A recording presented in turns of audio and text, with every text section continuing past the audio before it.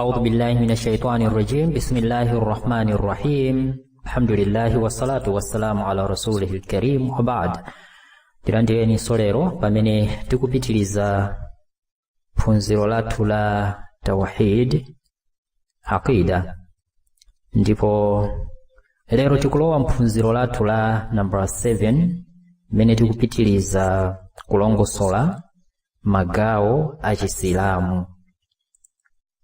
Ndipo lero lino tili gawo lachitatu limene lili al-ihsan, ubwino. Koma tisanayambe kulongosola za al-ihsan, tibwerereka mbuyo kuti tikumbusane kuti kodi pomafika pa al-ihsani pati kuchokera kuti. Koma sindibwerera kwambiri, tikufuna tingokumbusana pamene pakuchokera kunena kuti magawo a Chisilamu. Tikuchokera mapata atatu, ndipo pata loyamba tinanena kuti kumuziwa Allah subhanahu wa ta'ala, kumuziwa mbuye wathu, ndipo pata lachiwiri tinanena kuti kuchiziwa chipembezo. Ndiye mu kuchiziwa chipembezo mmenemu Chisilamu tinanena kuti Chisilamu chili ndi zinthu zitatu zimene tikuyenera kuziziwa. Nde zinthu zake ndi Chisilamu, tichiziwe Chisilamucho, chikhulupiriro, tichiziwe chikhulupiriro, komanso ubwino. Ndiye tinalongosola za Chisilamu, tinalongosola za chikhulupiriro, al-Islam wal-iman wal-ihsan. Ihsanu ndiye ndimene yasala kuti tilongosole. Ndiye magawo atatu amene wawa a Chisilamu. Tikuyendera gawo la number 3, gawo limene lililosiriza. Hencho mmene timalongosola za al-iman, tinanena kuti imani ndi kukhulupirira mwa Allah subhanahu wa ta'ala, komanso kukhulupirira mwa angelo ake, mabuku ake amene anawatumizira atumiki, komanso kukhulupirira atumiki ake Allah subhanahu wa ta'ala, komanso kukhulupirira siku la chimalizo, komanso kukhulupirira muyeso oyikidwa kuchitika kwa zinthu zabwino ndi zoyipa kuti zimene zimachokera kwa Allah subhanahu wa ta'ala. Zimenezi zinthu zisanu ndi chimodzi zimene tazitchula pamene pazi ndi zimene zili nsanamira, kapena kuti nsichi zimene zikunyamula imani ya munthu kukhala wa imani isatuluke mu zinthu 6 zimenezi. And zinthu 6 zimenezi chimodzi mwa china chilichonsecho chili ndi zinthu zambirimbiri zimene zikukwanisa kuti akhale munthu kuti ali ndi imani yoti yokwanira bwinobwino. Ndiye zinthu zimenezo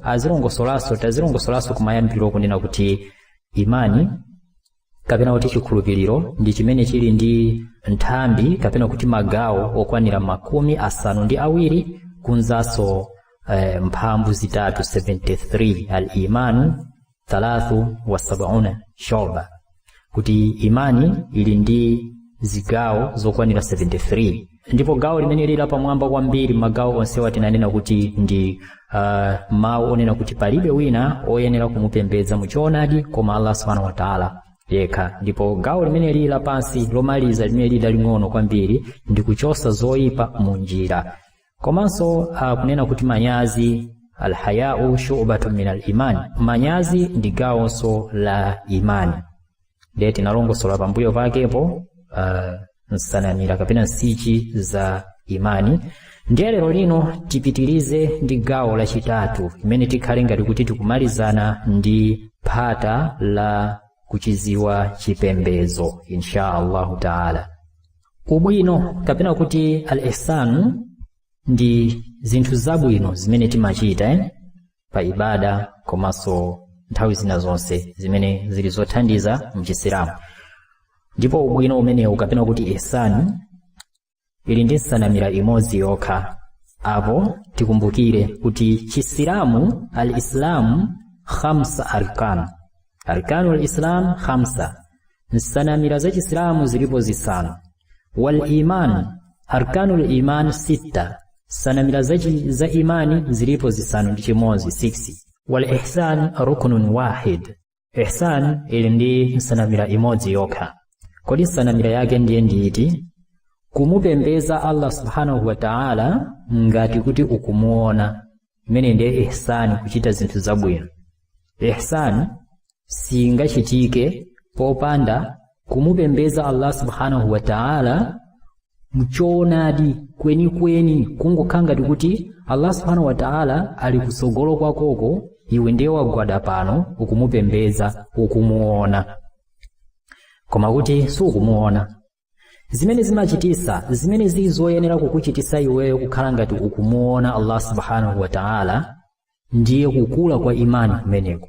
Imani kumayambiro kuja tanena kuti mbuye wathu ndi Mulungu subhanahu wa ta'ala. Tingamuziwe bwanji kuti ndi Allah subhanahu wa ta'ala ndi mbuye wathu? Tingamuziwe bwanji kodi tinamuonapo? Ayi, timangoganizira za zolengedwa zake komanso mbiri zake komanso zizindikiro zake zonse. Ndiye tikamaganizira zimenezi ukulu wake wa Allah subhanahu wa ta'ala pakutha kulenga zimenezi komanso kutha kupanga zinthu zonse zimenezi kuti ziziyenda mmenezi kukhalira, tikamaganizira kwambiri timaziwa kuti Allah subhanahu wa ta'ala alipo ndi wankulu kuposa china chilichonse chimene analenga komanso ndi oyenera kupembedzedwa muchoonadi, ndipo ndi oyenera kumuopa. Palibe wina aliyense amene tingamuope posakhala iye Allah subhanahu wa ta'ala. Ndiye tikamaganizira kwambiri zimenezi ndiye tikamampembeza Allah subhanahu wa ta'ala zitangobwera basi kukhala ngati kuti tikumuona. Ndiye kumupembeza Allah subhanahu wa ta'ala ngati kuti ukumuona ngakhale si ukumuona koma chifukwa choti iyeyo akukuona, imeneyo ndiye imakhala ihsan. Chifukwa choti iyeyo akukuona ndiye iweyo ukumpembeza mokhala ngati kuti ukumuona poganizira zambiri za Allah subhanahu wa ta'ala, imeneyo ndiye ihsan. An ta'budallaha ka'annaka tarahu wa in lam takun tarahu fa innahu yaraka. Kumpembeza Allah subhanahu wa ta'ala ukhala ngati ukumuona ngakhale kuti si ukumuona koma iyeyo akukuona.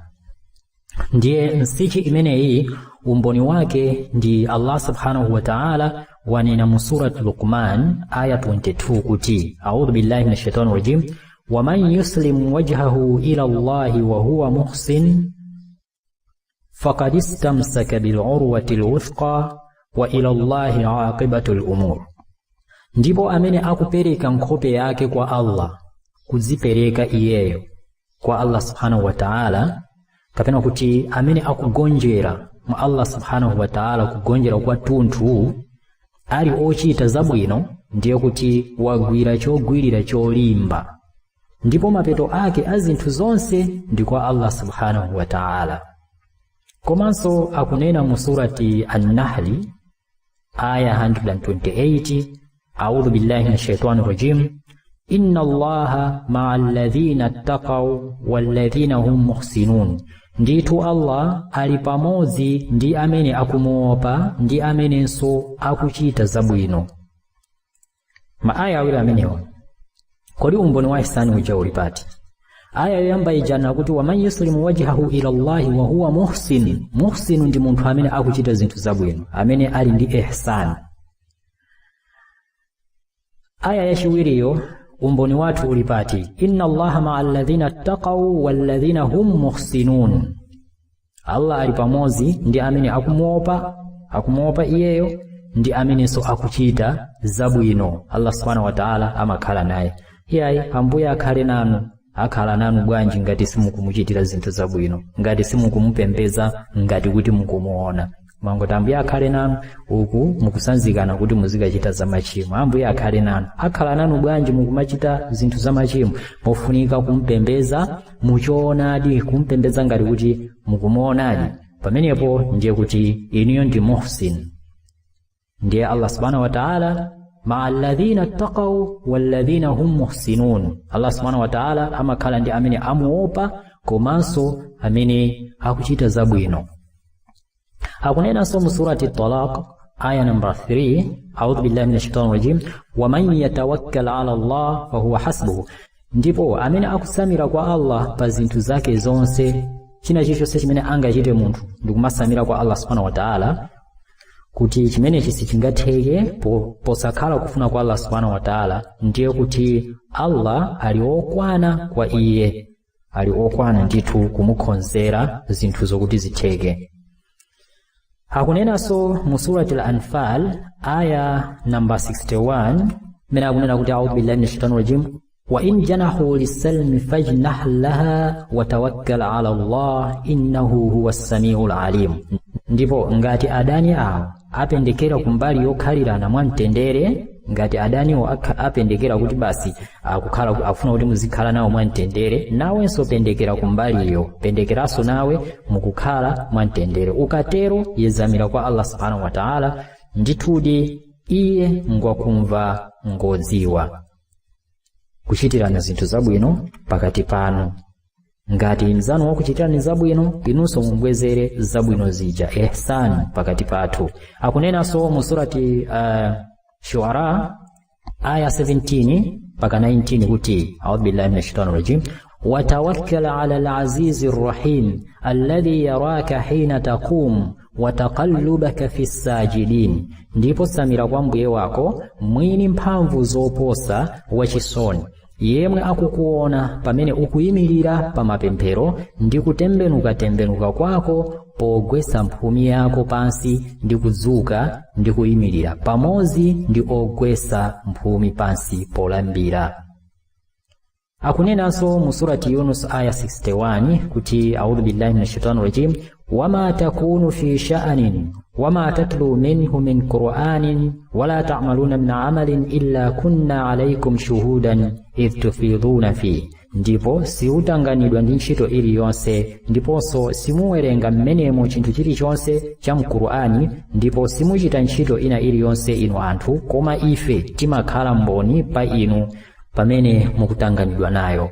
Umboni wochokera mu sunna sopano awa anali maaya osimikiza ihsani, kuchita zabwino pa ibada ya Allah subhanahu wa ta'ala, kuchitirana zabwino pakati pathu, komanso kuchita zabwino pa chikhalidwe chathu ndi Mulungu subhanahu wa ta'ala. Umboni sopano wochokera mu sunna muzokamba za mtumiki wathu Muhammad sallallahu alaihi wasallama ndi hadithi yochuka ya Jibril alayhi salam. Hadithi imene Jibril alayhi salam anaadza kuzamphunzitsa mtumiki sallallahu alaihi wasallam ndi masahaba ake za ihsan, kuti kodi ihsan ndi chani. Hadithi imene ikuchokera kwa Umar radhiyallahu anhu.